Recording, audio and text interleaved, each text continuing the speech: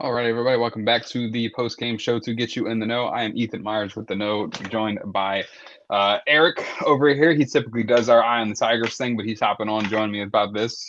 So we'll start by saying, make sure you check out Eye on the Tigers. In our opinion, Eric should be the voice of the Tigers. He's got the voice for it.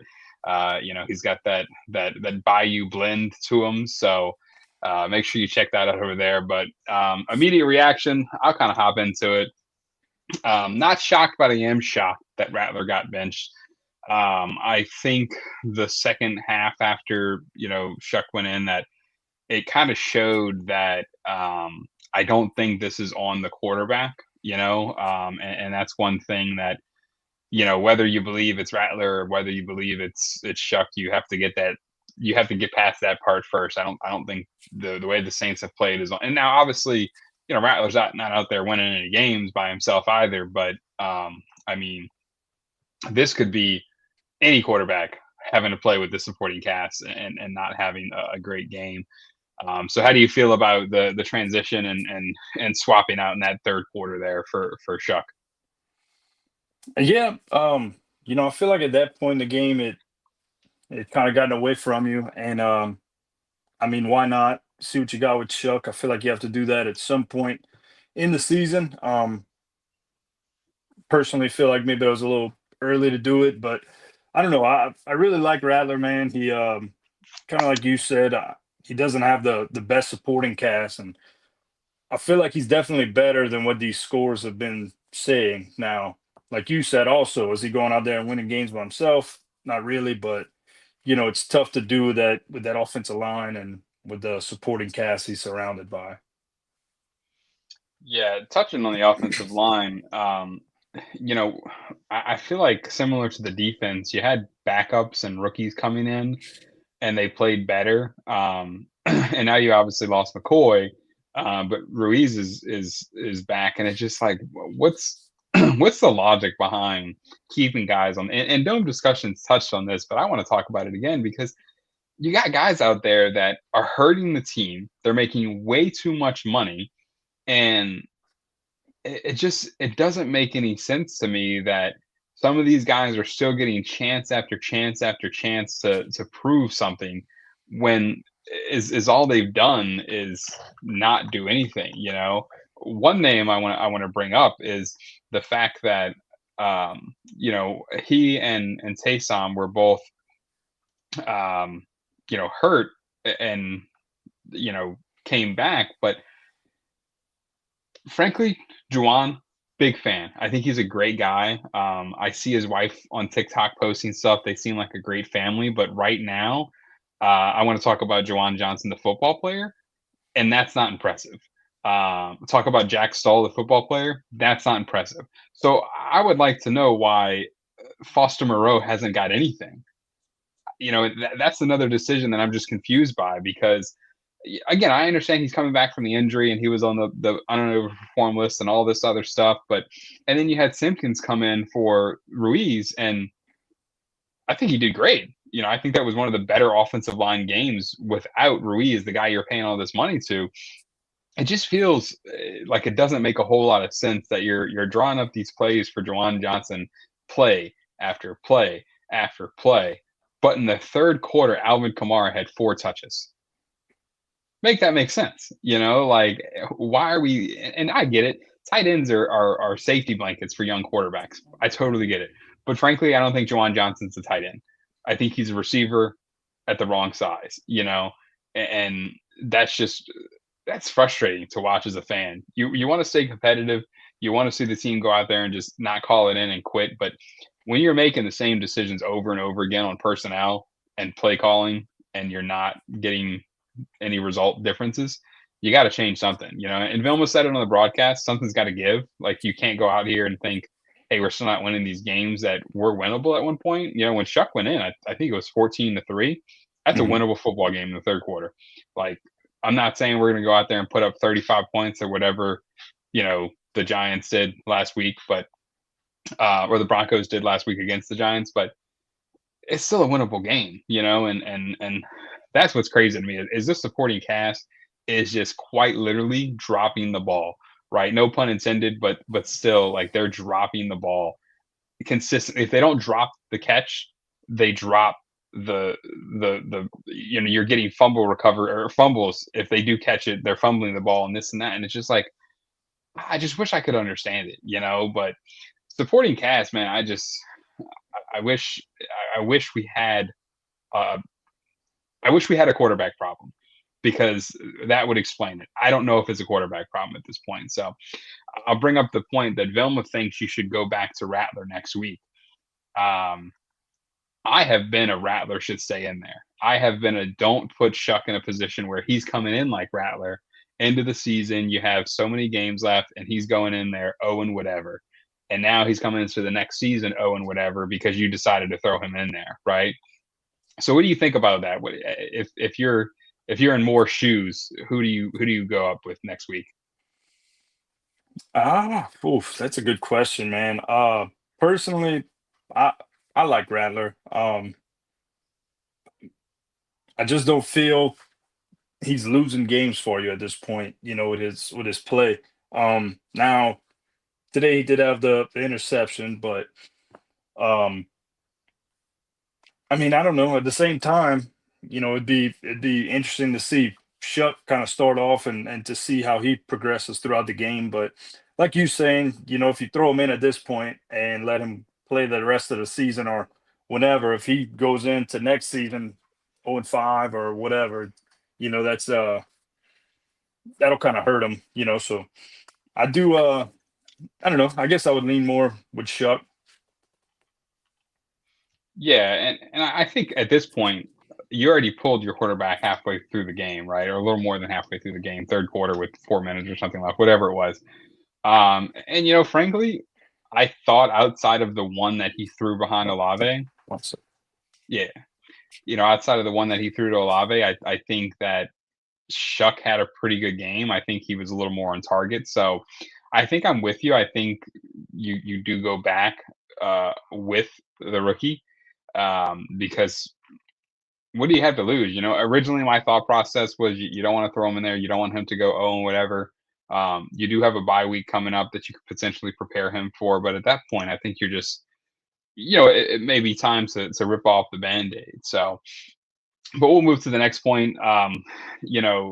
Last week we had Dennis Allen, former head coach. This week we have Baker making the comments, and it doesn't feel like the Saints are playing with a whole lot of pride. Baker, didn't exactly have a fantastic day, but also didn't have an awful day. So I would have liked to see the Saints do a little more against him. It seems like the defense got the message. So I do want to give kudos to the defense for today because, had the Saints not turned the ball over, I don't even know at this point, whatever it was, let's see, I think it was 4. Hmm. Yeah, 2 interceptions and 2 fumbles. You don't turn the ball over 4 times. I don't think the Buccaneers have 23 points. One of those was a touchdown. 2 of them really should have been a touchdown. The other one, I don't know where that whistle that was blown. So, but when you take away that one touchdown on defense, I think the defense did a pretty good job. And unfortunately the Saints offense didn't get the same message. So that was kind of for me as a fan a little hard to watch because last week you had Dennis Allen come and stomp you. And this week the scoreboard's 23-3 against Baker Mayfield, who said the Saints don't play clean. And it's a divisional game. It's a rivalry game. But like I said, I think Baker Mayfield knows what he's doing when he says things like that. So it hurts me as a Saints fan to see your former head coach, who failed you, frankly, succeed against you. And then a Hmm. guy who's talking trash before the game succeed against you as well and get the win. But um, the only, I guess, positive, if I'm taking something away from this game, is the D line seems to be getting better. Before Chase Young came back, there was a lot of almost sacks leading to conversions and almost sacks leading to big plays. But Chase Young was getting after him today. I almost felt like Chase Young had the repeating in his helmet of what Baker said. It was just over, like he had it on a loop every time he was on the field because you could tell he wanted Baker. Like every play, Hmm. I saw him pushing linemen into him. So that's good to see. Unfortunately, we're in a bridge, right? We don't want to call it rebuilding. We didn't tear down the bridge. We're just walking across it. Chase Young probably won't be here when we get to the other side of that bridge. So I don't know if it's much to get excited about with him. If he's still this good in a year or two, another team's going to get him, and he's not going to be here forever, unfortunately. So we'll kind of toss it over to you. Anything guest guest segment? You got anything you want to talk about with the Saints? Yeah, like you said, man, when Chase Young turns it on, he's one of my favorite players in the whole league to watch. I mean, he could get after a quarterback, and he's just makes some freak athletic plays. He's fun to watch. But that's what I was looking at the stats, man. Team stats, the Saints get more first downs than them. You outgained them 275 to 212. You ran more plays than them. It's just like you said, the defense did well, in my opinion. It was just the turnovers, of course, that just kind of got you. Yeah, yeah, absolutely. And I'll go back to the point of you have it's still frustrating because when Kendre Miller was there, I said it before and I said it again. I think it's one of the best 1-2 punches right now in the league with Kendre Miller and Alvin Kamara.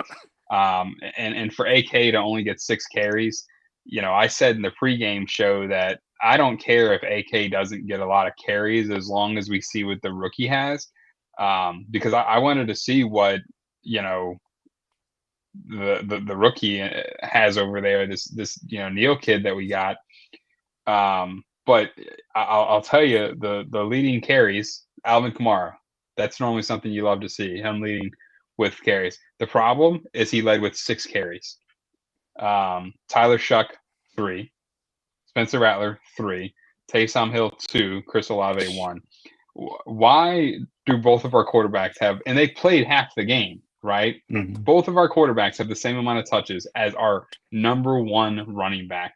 There's something fundamentally wrong with football when you're doing – and Vilma said it in the game as well. At one point, when you thought about NFL running backs, there's 2 guys you thought of. We both know one's Alvin Kamara, the other's Christian McCaffrey.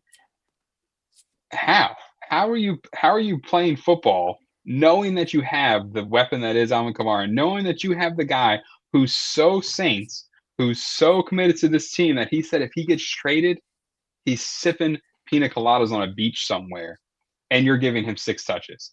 They say players only meetings don't help, but I almost feel like certain players need to have a meeting with Moore and say, what are we doing? Because don't make it a players only meeting. Make it a players coach meeting. Get some of these guys that, like I said, Foster Moreau just not getting anything. Taysom Hill having 3 touches the whole game. AK having so he had 2 receptions, 2 targets. So your game plan was to give Alvin Kamara the ball 8 times. That doesn't make any sense to me. And I just don't get it, man. I wish I had an answer. I don't want to sit here and bash the coaching because they're kind of working with what they have. But, when you have Juwan Johnson and Chris Olave and Rashid Shaheed dropping the ball, fumbling the ball week after week after week, and those guys combined, 12, 24, 32 targets amongst them. And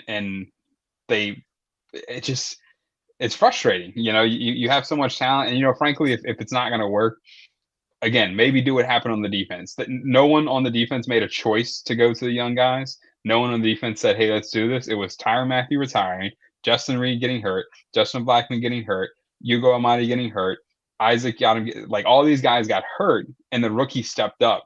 This team needs youth. I think Kellen Moore needs youth. He's a young head coach. He probably. This is speculation. We're not saying this is the truth. But if you're a 37-year-old, I don't know how old Kellen Moore is. I'm going to Google it because at this point, you're 37. Okay, so I was right. 37 years old, right? Do we all know how Cam Jordan is? 36. Yeah. Demario Davis. Let's see. 36. If you're a 37-year-old head coach, can you really have a conversation with future Hall of Famer Demario Davis or future Hall of Famer Cameron Jordan?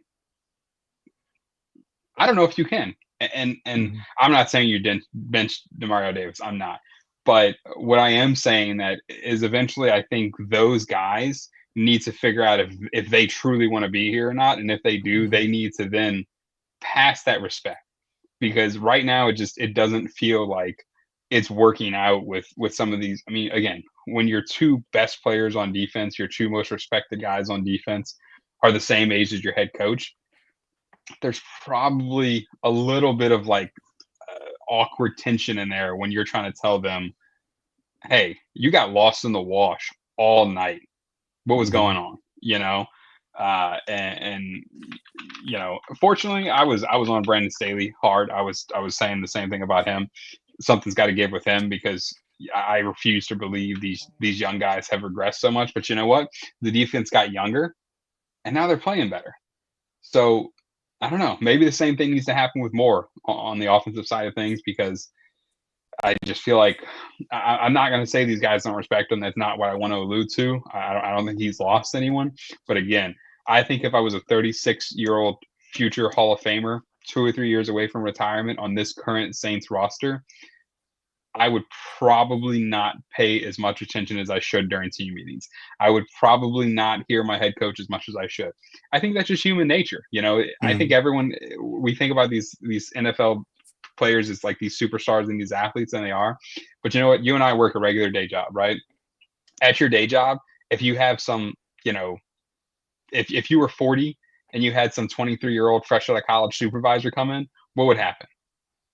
Oh yeah, right. Probably wouldn't Yeah. listen to him, right? So, Mm-hmm. and that's what I'm not saying is what's happening, but that's what feels like is going on. They're probably not hearing him, and I think, you know, to quote something often quoted, pride is the devil, right? Like you were playing for pride, but I don't think there was a lot of pride shown tonight. Maybe a couple of guys, like I said, Chase Young was after it. Brian Breesy's always after it. I feel like he's kind of an unspoken guy. He's always got his Yeah. hands in traffic.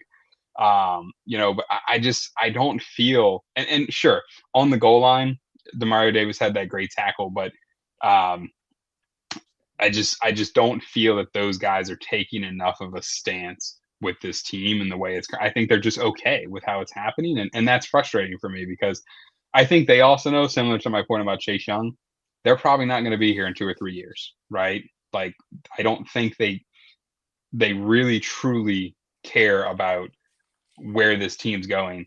And that's frustrating to watch, you know, because as a fan, you want these guys to be competitive this season. And like I said, if we're not rebuilding, we're walking across a bridge. And right now, that bridge is pretty empty with guys who want to walk across it. So, but anyway, like I said, I wanted to hop on here, so I was venting to somebody and not, you know, just going on a rant for 5 minutes. But I'll throw it back to you. Anything else before we kind of hit up these next week and outro here?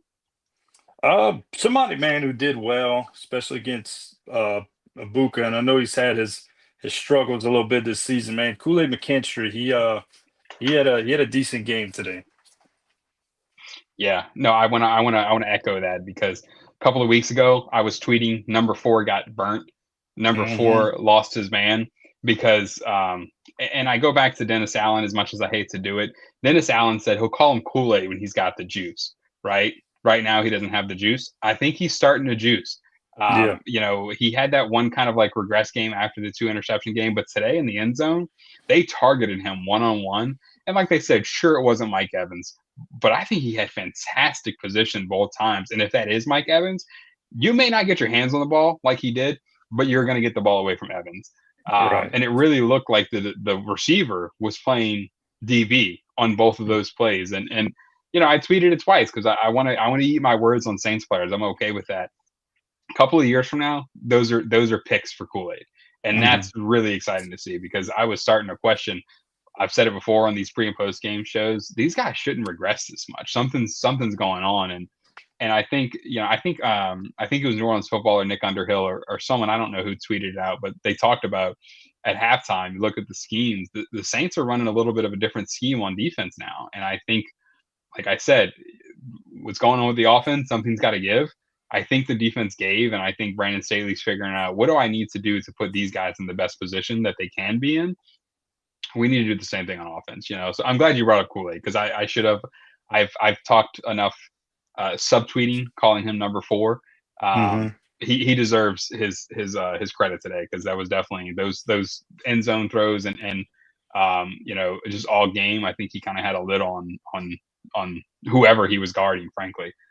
So that's good to see. When you don't hear a cornerback's name very often, it's typically a good thing, right? So, Yeah. but hopping in bets wise, nothing hit. Taysom Hill, like we talked about, got 3 touches, which is beyond me why that's even possible. And then Baker, I expected him to scramble a little more today, but I think just Chase Young was after him too much. Chase Young was collapsing that pocket in a good way. And we were kind of plugging up the middle too, where Baker didn't really have a chance to run. And they just ran the ball a lot. Going back to the stats, we talked about outgaining them and out first downing them. Our third down percentage was like 7 for 16, and theirs was like 3 for 13. 8 for 16, 3 for 13. So third down efficiency, we were 50%. They were barely 15%. But the big thing is I don't think we were really playing from behind. So I think this is skewed a little bit because Spencer threw for 21, and I think Shough threw for 30 attempts. So Shough was slinging the ball late. He wanted to try and make something happen. So us having 51 pass attempts is a little much, but if this was the Drew Brees era, I don't think anyone would blink an eye at 51 passing attempts, right? Right. But like I said, the biggest thing for me attempts wise is rushing, because when you're 29 to 15 rushing, and our yards per rush were just better than theirs. So it's just but you only got 15 rushing attempts, and you have Taysom Hill and Alvin Kamara as your running backs. It just doesn't make a whole lot of sense. But yeah, so like I said, bets didn't hit, but we'll be back next week. Like I always say, we're here, win, lose, or draw, whatever the Saints do. We'll be back pre and post game shows. Make sure you check out our Saints podcast, Dome Discussions. They do preview and recap episodes, so they'll drop something soon for a recap. Make sure you check out the website, www.theknow.com. We do preview, recap articles for pretty much everything, Saints included, obviously. And like I said, thanks to Eric for joining us. He does our Eye on the Tigers podcast. He recaps and previews the games in a video format. And yeah, so just stay tuned. Like I said, we briefly touched on the Brian Kelly situation. So Eric might have more to say by the week's episode time. So we'll see how that goes, because we don't know what's going on with the LSU Tigers and head coach Brian Kelly right now. So again, stay tuned. We'll be here every week. This has been Ethan and Eric with the No Post Game Show to get you in the know. Have a good night.